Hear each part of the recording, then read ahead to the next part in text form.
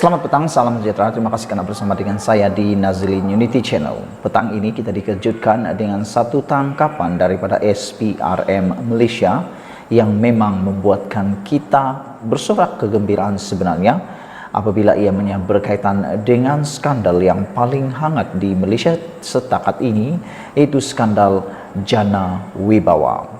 Saudara-saudara sekalian, hari ini SPRM mengesahkan telah pun menahan reman seorang datuk bergelar datuk yang dikenali sebagai Datuk Roy, yang mana beliau merupakan dalang kepada elak siasat Jana Wibawa. Beliau direman dengan dikatakan menjadi dalang minta RM400,000. Saudara-saudara sekalian, seorang individu yang dikenali sebagai Datuk Roy direman 3 hari bermula hari ini bagi membantu siasatan berhubung program Jana Wibawa atau Jana Ekonomi Pemerkasaan Kontraktor Bumiputra Berwibawa Jana Wibawa. Siasatan dijalankan mengikut Seksyen 17 dalam kurungan E Suruhanjaya Akta Suruhanjaya Anti Rasuah 2009. Perintah reman itu dikeluarkan oleh Magistrate Nuriana Hanim Abdul Halim selepas mendengar permohonan daripada pihak SPRM dan pembelaan Datuk Roy.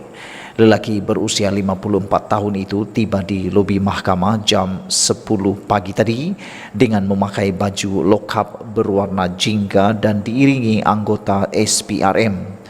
Sementara itu, peguam bela lelaki berkenan Fahmi Abdul Moin ketika dihubungi berkata pihaknya membantah permohonan pihak SPRM yang mahu anak guam direman 7 hari. Kita bantah atas alasan permohonan tidak kukuh, kata beliau.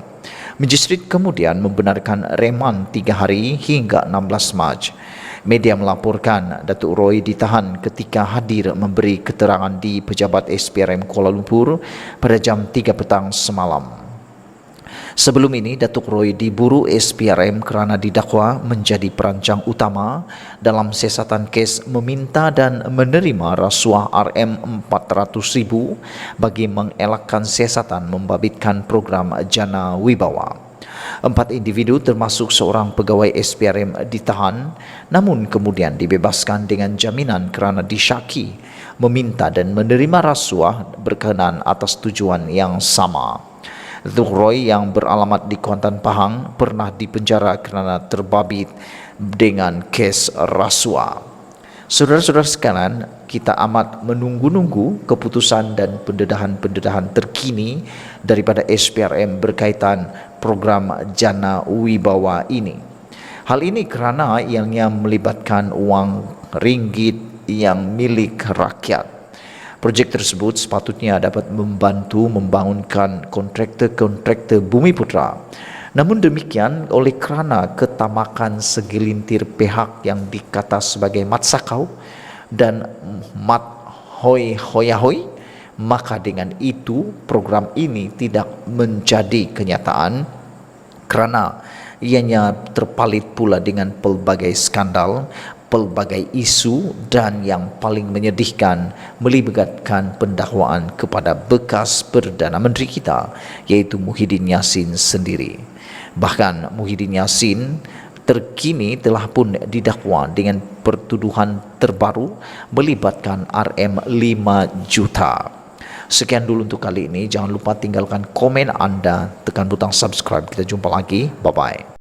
Selamat malam, salam sejahtera. Terima kasih kerana bersama dengan saya di Nazilin Unity Channel. Sebelum ini saya pernah mengatakan berkali-kali di dalam channel saya.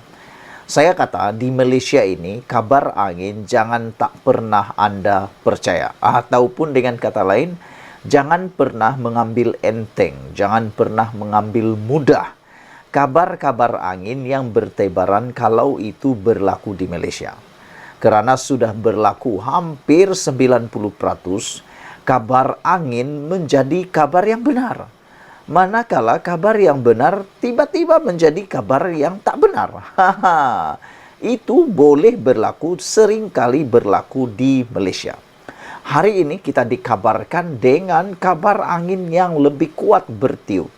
Bertiup kencang yang mengatakan kononnya pas akan keluar daripada Perikatan Nasional. Wow, ini kabar angin, spekulasi yang sedang bertiup kencang di mana-mana. Sebelum kita teruskan ulasan kali ini, mohon kiranya Anda tinggalkan komen Anda berkaitan dengan kabar angin spekulasi yang bertiup kencang ini. Ada beberapa bukti yang dinyatakan melalui pemerhatian politik, juga oleh pemerhatian netizen berkaitan dengan kabar angin ini. Namun demikian, apabila kabar angin ini bertebaran, akhirnya akan ada beberapa pemimpin yang akan tampil untuk memberikan penjelasan. Spekulasi mengatakan bertiup kencang sejak 2 hari lalu. Ini berlaku susulan ketiadaan pemimpin PAS pada Perhimpunan Agung tahunan AGM 2023 bersatu, sedangkan mereka adalah rakan sekutu mereka daripada gerakan hadir. Inilah yang menyebabkan spekulasi dan kabar angin ini bertebaran apabila PAS tidak hadir dalam Perhimpunan Agung tahunan bersatu. Namun demikian, selepas daripada apa yang berlaku ini, akhirnya timbalan Presiden PAS iaitu Tuan Ibrahim Tuan Man tampil menafikan dakwaan tersebut yang kononnya parti itu akan keluar daripada Perikatan Nasional.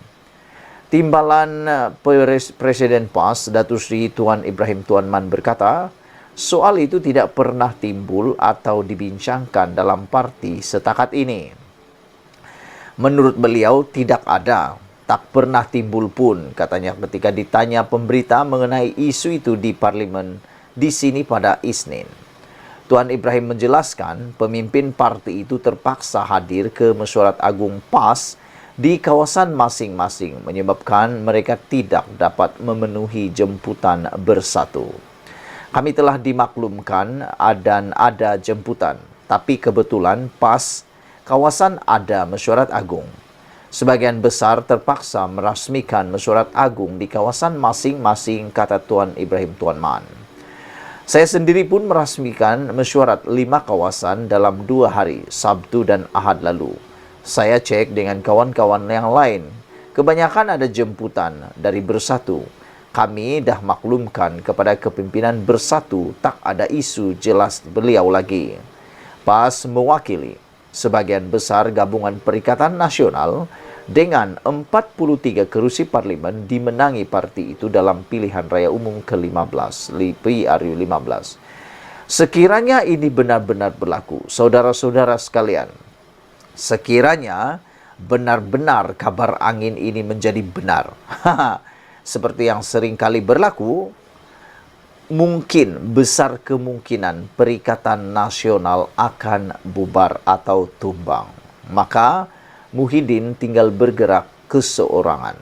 Mungkin PAS akan menyertai muafakat nasional yang dikelola dan diteruskan oleh salah seorang bekas pemimpin dalam UMNO. Adakah PAS akan menyertai muafakat nasional? Adakah PAS akan meninggalkan Perikatan Nasional dan menyebabkan Perikatan Nasional bubar? Kita hanya menunggu. Kalau benar kabar angin ini berlaku, memang itulah hala tujuannya. Tapi dengan penjelasan daripada Tuan Ibrahim ini, kita mengambilnya sebagai sesuatu yang positif apabila beliau menafikan PAS keluar Perikatan Nasional. Selamat malam, salam sejahtera. Terima kasih Anda bersama dengan saya di Nazilin Unity Channel. Akhirnya, satu lagi rahsia didedahkan oleh SPRM berkaitan siapa Datuk Roy yang dicari-cari selama ini dikaitkan dengan siasatan kes Jana Wibawa. Sebelum kita teruskan ulasan kali ini, tolong tinggalkan komen Anda, tekan butang subscribe.